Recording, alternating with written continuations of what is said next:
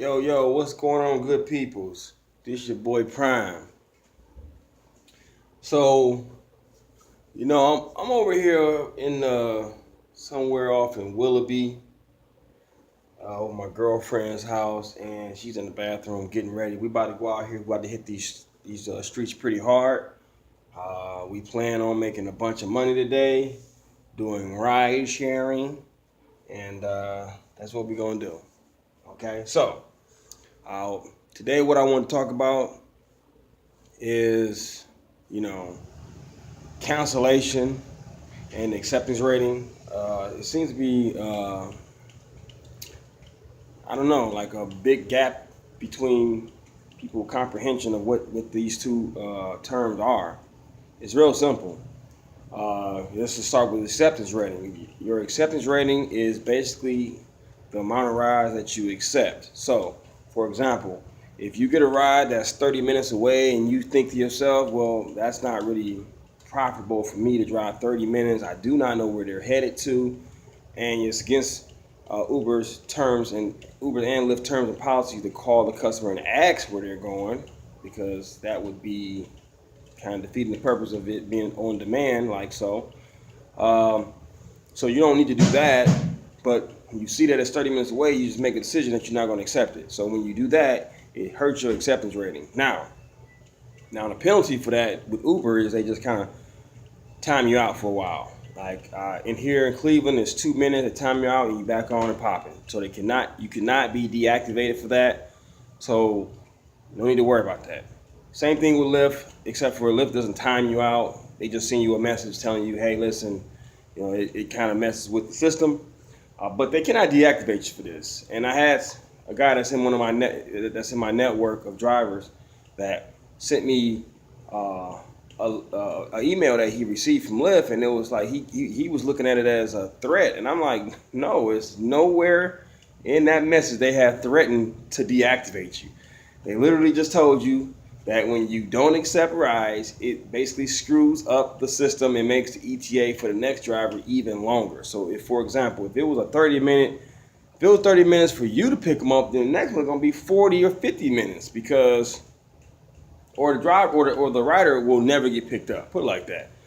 If you don't go get them, somebody farther away is definitely not gonna do it. So eventually, that passenger is not going to get picked up, and then that passenger will probably never use Lyft again because it's like, I mean, I gotta wait 30 minutes for somebody, and then they don't even come pick me up or whatever, But don't get me wrong, I'm on the driver's side when it comes to a 30-minute pickup. It's not worth it. That's not worth it.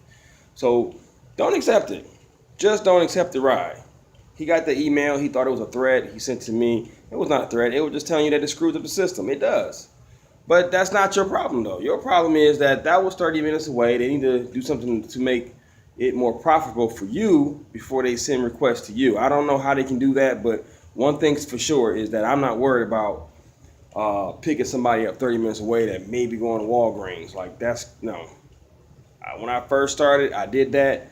I never do that again. I went 30-something miles away, picked somebody up, and I went 5 minutes down the road once I got there. It was completely not worth it. I had to come all the way back because there was nobody to pick up out there. So it was pointless. The ride itself was pointless. I was new. I didn't know no better. Now, that's acceptance rating. You cannot be deactivated for not accepting rides. Okay? Now, once you accept the ride, you are obligated to pick that person up now. Now, in case of an emergency, flat tire, or traffic jams or whatever, these are the only reasons why you should have to cancel, okay? Of course, a ride or no show.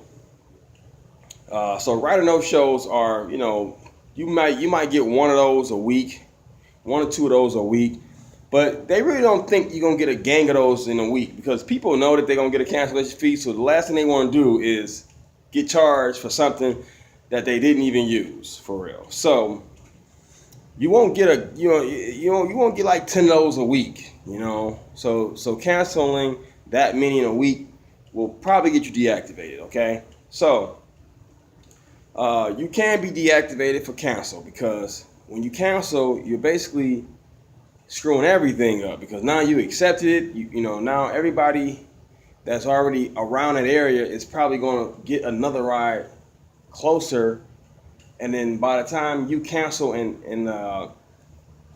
then that person, now you're free again, no one else is probably free. So you just put that person on the back end, and that's why sometimes you'll get another request from that same rider right away, because you're the only person there. So they can only depend on you, but at this point you already canceled, so it's kind of a toss up. If you take the passenger, they're gonna be mad at you, and then they're gonna hit you with the 1 star. So you got to be careful when you do stuff like that. So don't get me wrong. I feel like some weeks you're gonna get more cancellations than others because of ignorant passengers, overly drunk passengers that just can't find you or just don't want to walk to you. It's a pile of snow. Police are blocking all of this traffic, and you tell them, "Hey, listen, you need to come down this way." They're like, "No, bro, you can come down here." I'm like, "Bro, I can't come down there because there's traffic jam down there. Like, I don't want to come down and get stuck. Can you come here?" I had that this week where I canceled a lot of rides because they just wasn't acting right. The drunks wasn't acting right, so I wasn't going to pick them up. Now, when you do have a week where you have a lot of cancellation, what I recommend, because I had a week right this last week was a lot of cancellation, but it was based off of just a lot of drunk passengers not knowing where to find me. Either new to the city or just kind of like out of towners, and I'm telling them meet me on St. Clair. They go to Lakeside. I'm like, why are you on Lakeside? Like, I told you to go to St. Clair. You went to a whole different street. I'm not picking up on Lakeside because that's where all the traffic is at. I'm trying to tell you where to come, where I can easily run up, I can drive up, pick you up legally, and keep it moving. But sometimes you get lucky and people understand certain stuff that's out of towners. Sometimes you don't, And last week was the week that I didn't get lucky. So for the most part, my cancellation rate is always around like 4% a week. This week it was at 12%, so that's extremely high. So what I need to do is simple. I just need to drive in the morning time, get more morning shifts in. That way, by the time the week comes, my cancellations have dropped. Okay, so, and then this week, I have to do a little bit more of an effort to really find my passengers, before I cancel. And that's what you got to do. If you do that, you'll be good, because what Uber is looking for is for somebody to cancel, week after week after week. Then they deactivate you.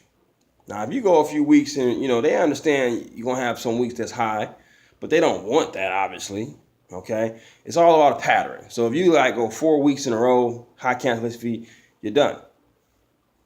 You know what I'm saying? So you want to stop that pattern. You don't want to ever keep the pattern going, okay? So that's me. That's my take on cancellations and how to basically to avoid them as much as possible. I don't think you can 100% avoid them. I think you're going to have weeks where you have high cancellation rates, but to kind of subtract from that cancellation, you just got to work in the mornings a little bit more. People seem to act a little bit like they want to ride in the morning, and they typically don't keep you waiting too long and stuff like that. And then just making a phone call, I think, the thing with Uber is you don't have to make that phone call. So then that's what kind of, makes drivers be like, well, I'm out, so quick. And that's cool if you don't want to wait. I feel your time. Your time is your money. So if I didn't actually took off on passengers, I see them coming, but it's 7 minutes I've been waiting. I'm like, no, I'm not waiting. I'm sorry, you made me wait this long. Now I'm gonna wait till you come out so I can pull off on you. So that's how I done it. You know what I'm saying? Now, because my time is my money, and they didn't care about my time, and you know what I'm saying? They didn't call to say, hey, listen, nothing. So I felt disrespected. Because when they don't care about your time, they acting like they really don't care what you do. They don't understand that the time you waited here, you could have picked somebody else up that wanted to ride right then and there, and you could have made some money. So just making that phone call, like when you first pull up, will probably help your cancellation fee as well. That way, you get them moving. You know what I'm saying? Like if I tell you like this: if you pull up and they don't answer the phone the first time, you probably gonna have an issue. You know, but and then you don't know. Sometimes technology doesn't work like you want it to. I had a passenger one time tell me that usually when the driver pull up, they get that message, which they do. But they said they claim they didn't get that message. So it's possible. It's possible that she didn't get the message. She just happened to randomly come outside and, oh, there go my driver. That's possible. So so kind of remember that too. That sometimes things don't always work as planned. So you may have to, what I'm saying, just give them a phone call. And I think just giving them that phone call will help out your fee, your cancellation rate as well. So with that being said, this your boy Prime. And if you do the crime, you got to do the time.